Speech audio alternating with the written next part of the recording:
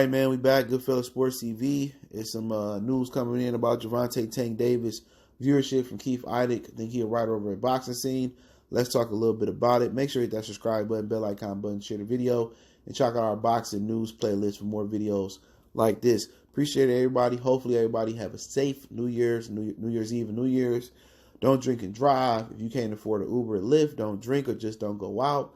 You know, just sit at the crib and chill, man. But hey, want everybody to be safe and make it into the new decade, a new year, 2020 safe, man. So salute to everybody out there from your boy CJ Goodfella, man. But let's talk about Gervonta Tank Davis.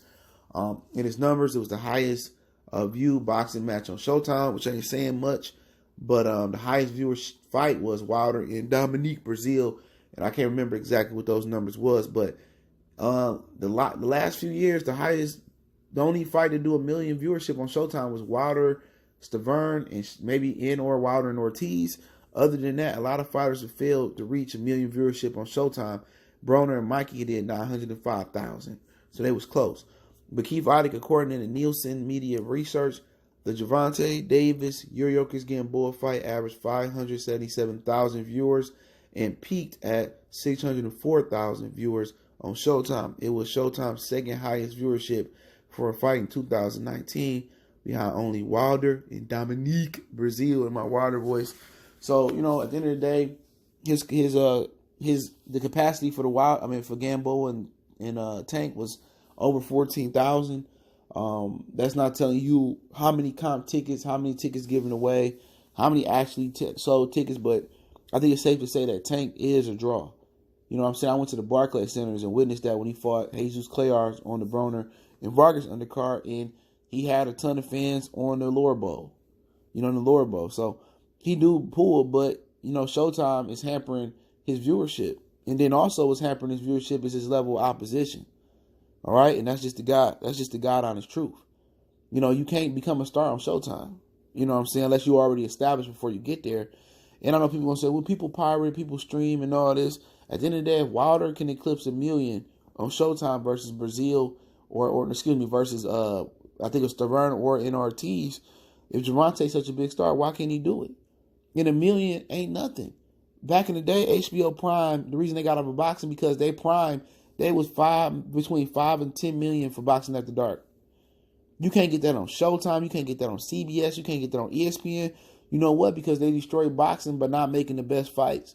Everybody marinating fights and not putting the best versus the best. And when you do get something close versus the best, they want to put it on pay-per-view. Not seeing in the big picture that building a fighter on free TV will build them up to be, or accessible TV like HBO back in the day, will build them up to be a star. But no way, shape, form, or fashion are you a star, and you only can tap into 577,000 people in a country that has at least 330 million people in it. How can he fix his mouth to say he a star? Now, this is way better than what Charlo and Dennis Hogan did with 249,000. And people can blame the platform for Showtime. They can blame whatever they want to blame. And I agree. Blame what you want to blame. But at the end of the day, if you a star, people going to come watch. And then the definition of star is been watered down. None of these dudes are stars. All-stars, superstars, they just ordinary people. Which way to go? They ordinary people, dog. They getting paid like superstars, but they not. When a lot of these dudes retire, all they going to have is their legacy. All they going to have is money, because ain't none of them got no legacy. You know, Gervonta, can't even tap into 1 million people, man. You know, if he fought on Fox, it'd probably be 1 million, 5 million, but that ain't no good number. I just told you HBO was putting in 5 to 10. Errol Spence probably got the highest viewership this decade when he fought after the Olympic gold medal game. He did 6.5 on NBC. It wasn't because people tuned in to fight him. He just so happened to follow up after a big event. But then and there on NBC, that won't even crack the top viewership that HBO did back in the day. You say, well, how do we fix the problem? We fix the problem by making fighters fight accessible. Versus good competition. If you don't want to fight nobody, you go on Showtime. If you want to fight the best, we want you on Fox, accessible. You might take a little loss, But in the grand scheme of things, you're going to build yourself up to a pay-per-view fighter. But hey, it's my opinion. Appreciate it. Want more videos like this, check our boxing news playlist. Don't forget we on Facebook, Instagram, and Twitter. Reach out to the email. If you got business, question, inquiry, sponsorship, or video requests, keep sharing the videos. Want to make a donation, the link subscription. Best way to donate is share the video. One time for the one time, Goodfellas Sports TV. If you don't hear from me again, hopefully you guys have a happy New Year's Eve and a safe New Year's Eve.